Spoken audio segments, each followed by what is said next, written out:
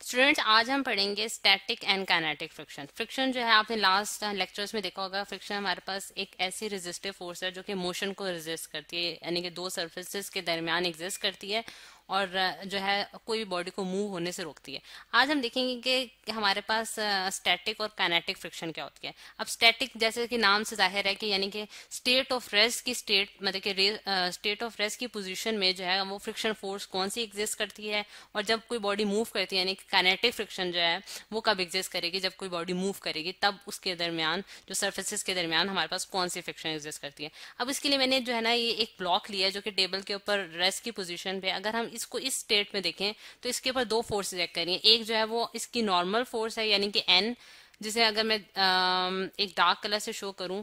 जिस तरह ये हमारे पास एक फोर्स है जो कि एन आउटवर्ड नॉर्मल फोर्स है, और इसके जो नीचे एक्ट करी यानी कि फोर्स जो डाउनवर्ड एक्ट करी है वो इसका वेट है, यानी कि इस ब्लॉक का वेट जो कि W is equal to mg के बराबर होगा। ठीक, अब अगर हम देखें कि इस केस में जब ये रेस्ट की पोजीशन में ये दोनों फोर्सेज जो हैं ये बैलेंस आउट हो रही हैं और ये स्टेबल है अपनी जगह पे, लेकिन जब हम इसके ऊपर कोई अप्लाइड फोर्स लगाएंगे जिसे मैंने FA से डिनोट किया है, तो उसके अप्लाइड फोर्स के लगाते ही इसके ऊपर एक फ्रिक्शनल फोर्स जो है वो एग्जिस्ट करेगी जो कि इसे बेसिकली रोकेगी कि ये आउटवर्ड जो डायरेक्शन में मूव ना कर सके। ठीक है, और ये वाली जो दो फोर्सेज हैं ये बेसिकली जो है वो उसी तरह बैलेंस आउट हो रही हैं। अब जैसे जैसे हम अप्लाइड फोर्स को बढ़ाते जाएंगे, यानी कि जैसे जैसे हम अप्लाइड फोर्स इंक्रीज कर जाते हैं, हमारे पास फ्रिक्शनल फोर्स एग्जिस्ट करते थे। अब आपके दिमाग में ये सवाल आ रहा था बेसिकली कि ये जो दो फोर्सेज, मतलब कि फ्रिक्शनल फोर्स आई कहाँ से। अब हमें यूजुअली जो मतलब कि कोई भी सरफेस होती है वो स्मूथ और पॉलिश नजर आती है, लेकिन अगर हम उसका माइक्रोस्कोपिक व्यू देखें, जिस तरह मैंने यहाँ इस पिक्चर में दिखाने की कोशिश की है, तो हम देखते हैं कि जो मॉलिक्यूल्स हैं वो मोर और लेस रफ होते हैं, और जब भी उनका इन कांटेक्ट होते हैं, किसी दो सरफेसेस के दरमियान उनका इन कांटेक्ट होता है, तो वो रेजिस्ट करते हैं मोशन को, यानी कि मूव करने से बॉडी को रोकते हैं, और यही बेसिकली एक फ्रिक्शनल फोर्स है जो कि मोशन को रोक रही होती है। अब फिर क्या, अब यहाँ अगर इस केस में हम देखें तो बॉडी जो है वो मूव नहीं कर रही, क्योंकि हमारे पास जो फ्रिक्शनल फोर्स है वो बैलेंस हो रही है अप्लाइड फोर्स की, यानी कि ये दोनों फोर्सेज आपस में बराबर की हैं, तो इस वजह से बॉडी जो है वो मूव नहीं कर पा रही। लेकिन एक पॉइंट ऐसा आएगा कि जब हमारी जो अप्लाइड फोर्स है वो इतनी ज्यादा हो जाएगी कि वो ओवरकम कर जाएगी फ्रिक्शनल फोर्स को, यानी कि फ्रिक्शनल फोर्स लेस हो जाएगी अप्लाइड फोर्स से, और उस केस में जो है वो बॉडी जो है वो मूव करना शुरू हो जाएगी। अब इससे हमें ये पता चलता है कि जब वो स्टेट ऑफ रेस्ट में थी, यानी कि इस केस में जब वो थी, तो हमारे पास कौन सी फ्रिक्शन एग्जिस्ट कर रही थी, यानी कि हमारे पास स्टैटिक फ्रिक्शन एग्जिस्ट कर रही थी, यानी कि इस केस में हमारे पास जो फ्रिक्शन है वो कौन सी है, हमारे पास स्टैटिक फ्रिक्शन है। ठीक है, और इस केस में हमारे पास जो फ्रिक्शन है वो काइनेटिक फ्रिक्शन है। ठीक है, हमारे पास काइनेटिक फ्रिक्शन है। अब ये इन्हीं केसेस को अगर मैं एक ग्राफ के जरिए मेजर करूं किसी एक स्पेसिफिक केस में, तो मुझे पता चलता है कि मेरे पास जो ग्राफ आता है, यानी कि applied forces versus frictional force, यानी कि फ्रिक्शनल फोर्स को मैंने वाई एक्सिस पे ड्रॉ किया है, उसकी वैल्यूज वाई एक्सिस पे ली हैं, और अप्लाइड फोर्स की वैल्यू एक्स एक्सिस पे ली है, तो मैं देखती हूँ कि जो फ्रिक्शनल फोर्स है वो directly related to the applied force है, यानी कि जैसे जैसे अप्लाइड फोर्स बढ़ती जा रही है, फ्रिक्शन जो है दो सर्फेसिस के दरमियान वो एग्जिस्ट करती है, और वो उसकी वैल्यू भी इंक्रीज होती जा रही है। लेकिन एक पॉइंट ऐसा आया है, यानी कि ये पॉइंट एक हमारे पास एक ऐसा पॉइंट आया है जिसे अगर फॉर एग्जाम्पल मैं पॉइंट ए कह दूं, कि उसके बाद जो है वो बॉडी जो है वो मूव करना शुरू हो गई, यानी कि अप्लाइड फोर्स जो है वो हावी हो गई है, और उसने जो है फ्रिक्शनल फोर्स को ओवरकम कर दिया, और उस केस में हमारे पास जो फ्रिक्शन एग्जिस्ट करेगी मोशन के दौरान वो काइनेटिक फ्रिक्शन कहलाएगी। और हमें ये भी पता है कि जो काइनेटिक फ्रिक्शन है वो हमेशा लेस देन होती है स्टैटिक फ्रिक्शन की, यानी कि क्योंकि मोशन में जब बॉडी होती है तो उसमें फ्रिक्शनल फोर्सेज कम एग्जिस्ट कर रही होती हैं as compared to static friction. ठीक, अब अगर हम देखें तो ए पॉइंट पे वो पॉइंट है कि उसके बाद हमारे पास जो है वो स्टैटिक फ्रिक्शन की वैल्यू खत्म हो गई है, यानी कि इसकी जो मैक्सिमम वैल्यू है, यानी कि एफ, अगर मैं इसको एक डिफरेंट कलर से शो करूं, हमारे पास जो एफ एस यानी कि स्टैटिक फ्रिक्शन की जो मैक्सिमम वैल्यू है वो हमारे पास ए पॉइंट पे एग्जिस्ट कर रही है, जिसे हम in other words limiting friction भी कहते हैं, यानी कि इसके बाद जो फ्रिक्शन की वैल्यू है वो लिमिट हो गई है, यानी कि लिमिटिंग फ्रिक्शन हमारे पास हम इसे कहते हैं इन अदर वर्ड्स। और ये जो चीज है, यानी कि इसके बाद जो है वो बॉडी जो है वो मूव करना शुरू हो जाएगी और काइनेटिक फ्रिक्शन एग्जिस्ट करेगी। अब हम देखते हैं कि ये वैल्यू हम कैसे अचीव कर सकते हैं, यानी कि इसकी वैल्यू किन चीजों पर डिपेंड करती है। इसके लिए मैंने एक वही ब्लॉक लिया और ये एक टेबल पे रेस्ट की पोजीशन में है। तो अगर हम देखें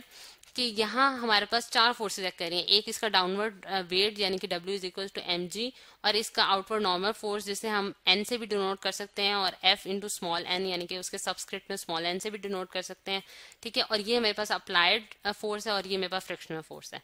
अब जैसे ही जितनी कोई बॉडी यानी कि कोई भी बॉडी जिसका मास जितना ज्यादा होगा उतनी ही उसके ऊपर आउटवर्ड नॉर्मल फोर्स एक्ट करेगी, यानी कि जितना बॉडी हैवी होगी उससे मूव कराना उतना ही हमारे लिए मुश्किल है, यानी कि उसके ऊपर उतनी ज्यादा फ्रिक्शन फोर्स एग्जिस्ट करेगी, जिससे हमें ये पता चलता है कि एफ एक्स मैक्सिमम जो है वो डायरेक्टली प्रोपोर्शन टू क्या है हमारे पास एफ एन, यानी कि नॉर्मल फोर्स पे, या फिर इन अदर वर्ड्स आप ये कह सकते हैं कि वेट पे डिपेंड कर रहा है। और अगर इस प्रोपोर्शनैलिटी को मैं इक्वालिटी में चेंज करूं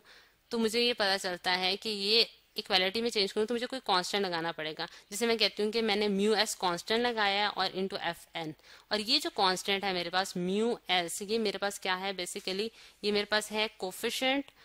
इसे मैं यहाँ लिख देती हूँ कि ये मेरे पास क्या है कोफिशिएंट ऑफ स्टैटिक फ्रिक्शन, यानी कि स्टैटिक फ्रिक्शन के केस में मेरे पास ये कोफिशिएंट ऑफ स्टैटिक फ्रिक्शन है,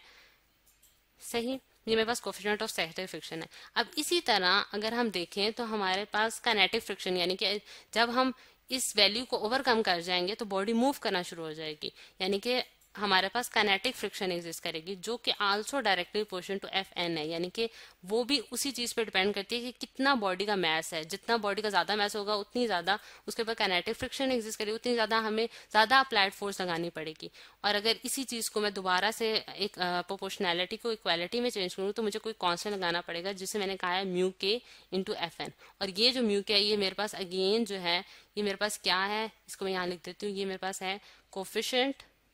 कोफिशिएंट ऑफ काइनेटिक फ्रिक्शन, इसको हम क्या कहते हैं कोफिशिएंट ऑफ काइनेटिक फ्रिक्शन। अब अगर हम देखें तो ये जो कांस्टेंट्स हैं यानी कि म्यू एस और म्यू के, ये बेसिकली क्या है, अगर मैं इसको यहाँ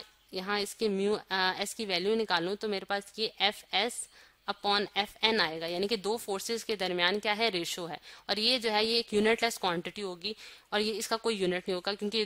दो फोर्सेस के दरमियान रेशो है। अब अगर हम देखें तो ये दो जो कोफिशिएंट्स हैं यानी कि हमारे पास म्यू एस यानी कि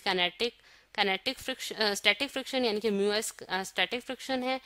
ये किन चीजों पर डिपेंड करती है, यानी कि ये इसकी वैल्यू जो है वो किन चीजों पर डिपेंड करेगी, तो हम देखते हैं कि इसकी वैल्यू जो है नेचर ऑफ द सरफेस पे डिपेंड करती है कि हमारे पास सरफेस की नेचर क्या है, वो स्मूथ है या फिर पॉलिश्ड है या फिर उसकी वो किस मटेरियल की बनी हुई है, ठीक है। और दूसरी चीज की रफनेस ऑफ द सरफेस, उसमें कितनी रफनेस है, और जितनी ज्यादा रफनेस होगी उतना ज्यादा ये जो है कोफिशिएंट हमारे पास ज्यादा हो जाएगा। और इसी तरह हमारे पास जो कोफिशिएंट ऑफ काइनेटिक फ्रिक्शन है जिसे हम म्यू के से डिनोट करते हैं, वो किन चीजों पर depend, nature of the surface पे, ठीक है, सरफेस की नेचर किस तरह की है, और दूसरा ये कि relative velocity between the surface, यानी कि जिस वेलोसिटी से आप उसे मूव करा रहे हैं, क्योंकि ये फ्रिक्शन हमारे पास फोर्स का भी एग्जिस्ट करती है जब कोई बॉडी मूव कर रही होती है,